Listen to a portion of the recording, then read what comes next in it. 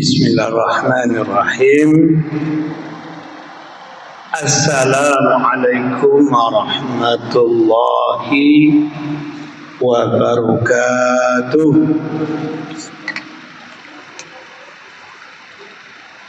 Alhamdulillahi rabbil alamin alladzi anzalal Qur'an hudan linnas wa bayyinatin minal huda wal furqan. Asyhadu an la ilaha illallah wa asyhadu anna Muhammadar Rasulullah sallallahu alaihi wasallam. A'udzu billahi minasy syaithanir rajim. Tsumma awrathnal kitaba alladzina istafaina min ibadina. Faminhum zalimun li nafsihi wa minhum muqtasid wa minhum sabiqun bil khairati bi iznillah. Zalika huwa fadlul kabir. Sadaqallahul azim.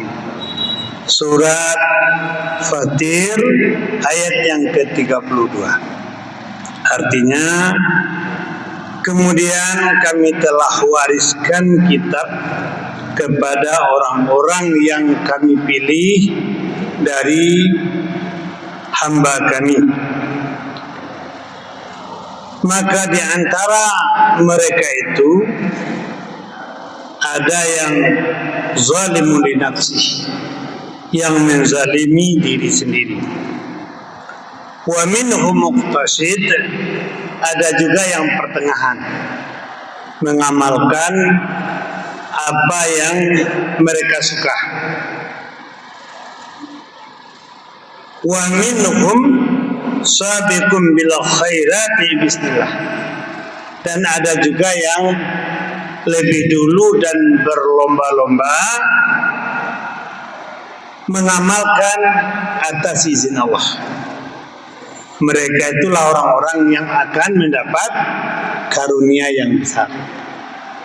Jadi dari ayat ini ada 3 tipe manusia di dalam menanggapi dan menerima kebenaran. Kewajiban kita adalah menyampaikan kebenaran. Qulil haqqu mir rabbikum faman syaa falyu'min wa man syaa falyakfur. Katakan yang benar itu dari Tuhan kamu. Siapa yang ingin akan beriman, dan siapa yang ingin akan kufur. Berarti di antara kelebihan manusia, merdeka memilih jadi orang beriman atau jadi orang yang kufur. Untung ruginya bukan untuk Allah, tapi untuk kita.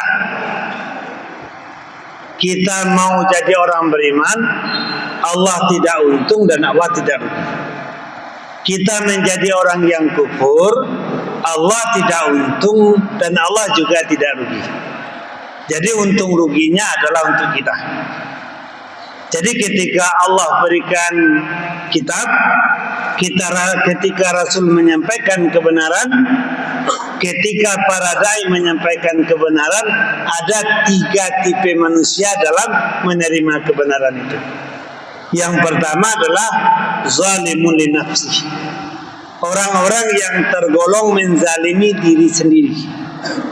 Artinya ada di antara manusia ini yang sifatnya ada jadalah. Jadalah itu banyak elah, banyak alasan. Jadi kecenderungannya tidak langsung menerima kebenaran ini. Bahkan ada yang memang cenderungnya menolak. Kalau sudah cenderung menolak kebenaran, berarti arahnya kepada kekafiran, kepada kekufuran. Karena kafara itu artinya apa? Menolak kebenaran. Misalnya tumbuh-tumbuhan mau muncul di tanah, lalu kita tutup. Itu namanya kafara, menutup atau menolak kebenaran. Tipe manusia menolak kebenaran ini ada dua. Ada namanya kufur inat. Dia menolak kebenaran karena pintar. Dia menolak kebenaran karena cerdas. Karena kebenaran yang datang itu mengganggu kedudukan dia, mengganggu keberadaan dia, mengganggu pekerjaan dia. Dia tolak kebenaran itu, dia bikin kebenaran tersedia. Artinya dia menolak kebenaran karena kecerdasan dia. Jadi bahaya juga kalau terlalu cerdas, ya kan? Sehingga dia pergunakan untuk menolak kebenaran. Banyak yang seperti itu. Makin pintar, makin jauh dari kebenaran. Banyak sekarang orang-orang cerdas, orang-orang pintar, tapi untuk menolak kebenaran. Kenapa? Mempertahankan kedudukan dan keberadaan dia. Lalu yang kedua ada namanya kufur jumud, menolak kebenaran karena bodoh. Dia tidak punya ilmu, dia tidak mendalami agama, tapi dia berani berkomentar, menolak kebenaran sesuai dengan hawa nafsu dia.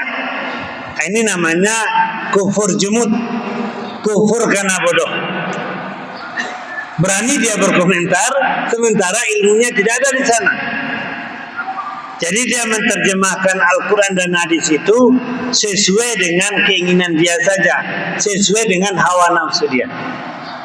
Jadi ada tipe manusia yang disampaikan kebenaran, dia menzalimi dirinya.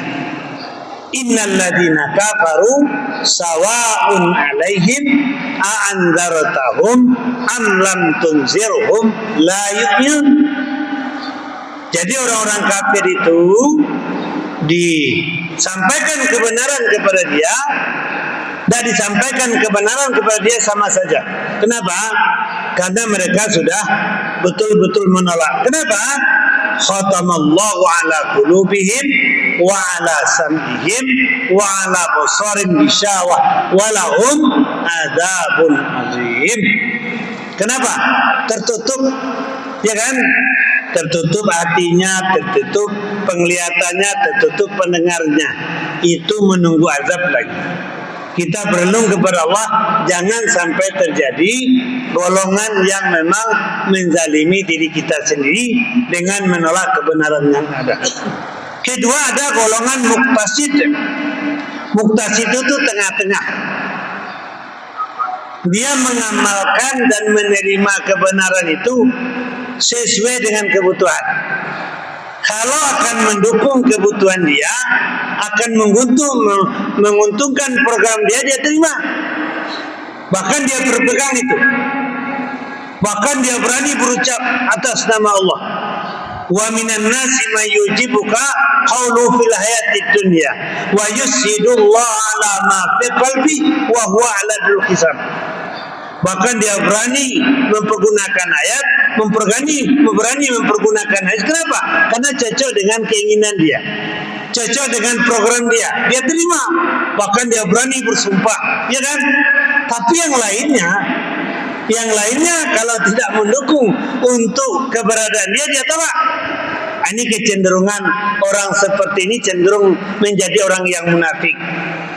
Ya kan? Apa yang suka-suka, apa yang enak-enak, apa yang mendukung kepentingan dia, dia terima. Tapi kalau akan menyudutkan dia, akan merugikan dia, dia tidak terima. Itu namanya muktasid, orang yang tengah-tengah. Dia mengamalkan dan mendidik agama sesuai dengan program atau dukungan untuk pekerjaan dia. Kecenderungan orang seperti ini adalah orang-orang munafik. Wa idza laqul ladzina amanu qalu amanna wa idza khalau ila syayatinihim qalu inna ma nahnu mustahzi'un.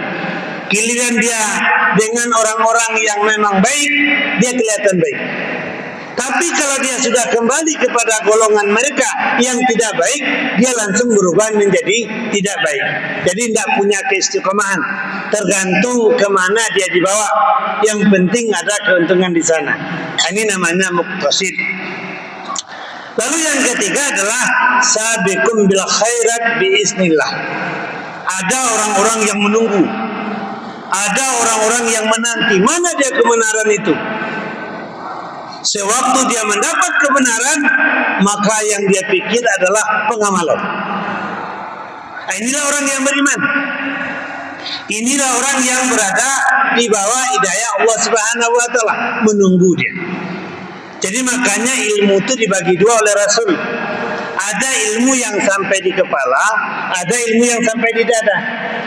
Ilmu yang sampai di kepala ini kecerdasan, tapi tetap dia berbicara tentang untung rugi. Tapi ilmu yang sampai di dada itu adalah hidayah. Setiap ada ilmu, amal. Setiap ada ilmu, amal. Setiap ada ilmu, amal. Nah, inilah yang kita harapkan. Dan orang-orang seperti inilah yang akan mendapat karunia dari Allah Subhanahu wa taala. Biarlah sedikit tapi amalkan. Biar sedikit amalkan. Nah, ini orang-orang yang dapat hidayah. Jadi makanya untuk menjadi orang yang sabiqun bil khairat bismillah, makanya kita selalu belajar. Iqra. Selalu kita belajar. Karena belajar ini wajib. Talabul ilmi faridatun ala kulli muslimin wa muslimah. Menuntut ilmu ini wajib. Jika kita selalu belajar dan belajar, Allah berikan hikmah kepada kita. Allah berikan memang kebaikan kepada kita. Allah berikan pemahaman lebih kepada kita yang kadangkala orang tidak paham, kita sudah paham. Orang tidak mengerti, kita sudah mengerti. Jadi kita sudah dibawa kepada hidayah itu. Jadi makanya rajinlah kita belajar sehingga hati kita terasa, hati kita bersih. Kalau hati kita bersih, itu kecerdasan kita terhadap kebenaran itu luar biasa. Afaman syarallahu sadrahu lil Islam fa huwa ala nurin min rabbih. Siapa-siapa yang dibukakan Allah hatinya terhadap Islam, tandanya hatinya diberi cahaya oleh Tuhan. Jadi orang yang senantiasa belajar itu, Allah berikan pemahaman lebih terhadap agama. Jadi makanya kita harus senantiasa bergelut dengan sumber kebenaran. Itu apa? Al-Quran. Al-haqqu min rabbika fala takunanna minal mumtarin. Kebenaran itu datangnya dari Tuhan engkau, maka janganlah engkau menjadi orang yang ragu. Dzalikal kitabu la raiba fihi hudal lil muttaqin. Inilah kitab, inilah Al-Quran yang tidak ada keraguan di dalamnya, petunjuk bagi orang yang bertakwa. Jadi kalau kita tidak membaca, kalau kita tidak memahami, kalau kita tidak menggeluti, kalau kita tidak menjadikan Al-Quran sebagai sumber ilmu, hidayahnya di mana? Kalau hanya sekedar membaca, itu mengasah hati dan mengasah otak. Tapi kalau kita tidak dalami, bimbingannya di mana? Jadi makanya kita tingkatkan. Di samping kita membaca, mengasah hati kita, mengasah otak kita, memang kita harus membaca apa maksud ayat ini, apa maksud hadis ini. Nah, baru kita bisa menjadikan Al-Quran itu sebagai hidayah, sebagai bimbingan, sehingga kita amalkan dalam kehidupan, menjadi karakter, menjadi jiwa. Itulah yang muncul dalam kehidupan kita. Jiwa kita sudah berjiwa Al-Quran secara spontan, maka perilaku dan tingkah kita adalah perilaku yang ada di dalam Al-Quran, sehingga kita memiliki akhlak sebagaimana akhlaknya Rasul itu khuluquhul Quran. Akhlaknya Rasul itu Al-Quran. Kenapa? Sudah menyatu dengan jiwa beliau Al-Quran itu karena senantiasa mendalami isi Al-Quran. Maka insya Allah kita adalah orang yang menjadi orang-orang sabiqun bil khairat biiznillah, dan insya Allah akan mendapatkan karunia Allah dunia dan akhirat. Banyak maaf, wabillahi taufiq wal hidayah.